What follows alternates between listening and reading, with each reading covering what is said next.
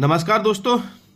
मुगल साम्राज्य के उत्तराधिकारी और उनका क्रम और उनका शासनकाल परीक्षा की दृष्टि से महत्वपूर्ण टॉपिक है। तो आइए चलते हैं, हम बताते हैं।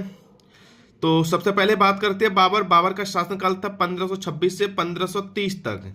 ये मुगल साम्राज्य के संस्थापक थे। दूसरा है हुमायूं। हुमायूं 1530 से 1540 तक बने थे। पुनः 1555 से 1556 तक बने थे। तीसरे नंबर पर आते हैं अकबर। अकबर का शासनकाल था 1556 से 1605 तक। फिर आते हैं जहांगीर। जहांगीर का शासनकाल था 1605 से 1627 तक। फिर आते हैं शाहजहां 1628 से 1658 तक। फिर आते हैं औरंगजेब।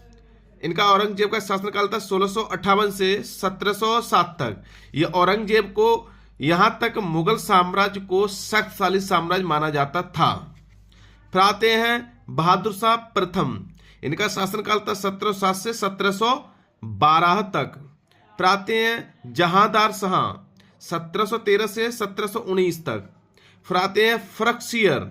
फिर उसके इनका शासनकाल था 1713 से 1719 तक। फिर आते हैं मोहम्मद शाह 1719 से 1748 तक। फिर आते हैं अहमद शाह 1748 से 1754 तक। फिर आते हैं आलमगीर द्वितीय। इनका शासनकाल था 1754 से 1759 तक। फिर आते हैं शाह आलम द्वितीय। फिर इनका शासनकाल है 1759 से 1806 तक। अकबर द्वितीय 1806 से 1837 तक। फिर आते हैं बहादुर शाह जफर 1837 से 1857 तक। इन जो है मुगल साम्राज्य का आखिरी मुगल बादशाह कौन था? बहादुर शाह जफर।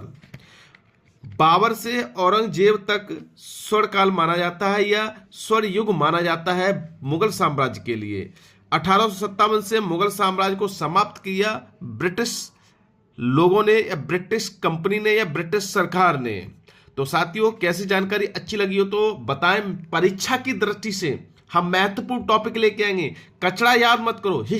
हिस्ट्री को हम आपको पानी की तरह आपके दिमाग में भर देंगे। टेंशन ना लें, बस हमारे चैनल पर बने रहें। लाइक करें, कमेंट करें, शेयर भी करें। किस टॉपिक पर वीडियो बनाएं वो बताएं, लेकिन हम वही वीडियो बनाएंगे जो परीक्षा में 100% हुए थे। 100% क्वेश्चन आएंगे दावे